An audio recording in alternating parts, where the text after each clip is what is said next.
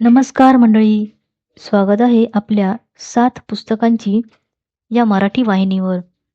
आज आपण the power of your subconscious mind या पुस्तकाचा अध्याय 13वा ऐकणार आहोत. अध्याय 13वा, अंतर्मन आणि निद्रेचा चमत्कार. या अध्यायात लेखक स्पष्ट करतात की निद्रा म्हणजे स्लीप आणि अवचेतन मन यांचा संबंध फार शक्तिशाली आहे. निद्रेत असताना जे विचार मनात ठेवले जातात तेच तुमच्या यश, आरोग्य आणि समृद्धीला आकार देतात.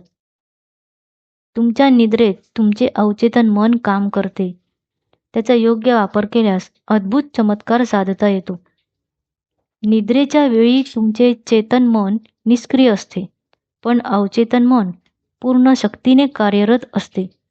या काळात तुम्ही जे विचार मनात ठेवता ते तुमच्या जीवनात घडू शकतात.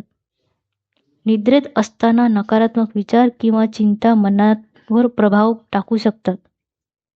म्हणून झोपण्याआधी फक्त सकारात्मक ध्येय आणि विश्वासाचे विचार मनात ठेवा. निद्रेत मनाला संदेश देण्याची पद्धत म्हणजे झोपण्याआधी शांत होऊन बसणे. मनात हवे असलेले परिणाम स्पष्टपणे कल्पना करणे आणि विश्वास ठेवा की आपले अवचेतन मन हे संदेश स्वीकारतो आहे. निद्रेत असताना जे विचार तुम्ही मनात ठेवता ते अवचेतन मनाला मार्गदर्शन देतात. म्हणजे तुम्ही दररोज झोपण्याआधी आपल्या उद्दिष्टाचे स्पष्ट चित्र मनात तयार करता आणि काही दिवसांतच तुम्ही तुमच्या उद्दिष्टाच्या दिशेने स्वतःला आकर्षित करता. निद्रेत कृतज्ञता, प्रेम, आनंद आणि समाधान यांचा अनुभव मनात ठेवा. अवचेतन मन या भावनांवर काम करते आणि जीवनात सुख, यश आणि समृद्धी आणते. सातत्याने असे केल्यास जीवनात परिणाम दिसतात.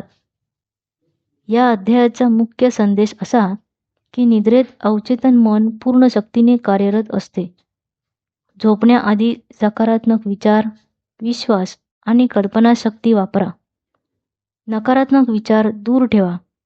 अवचेतन मनाला संदेश सातत्याने दिल्यास अद्भुत परिणाम साधता येतात.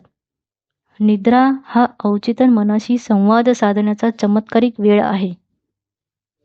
तर मंडळी, हा अध्याय कसा वाटला कमेंट्समध्ये नक्की सांगा. व्हिडिओला लाईक, शेअर करा.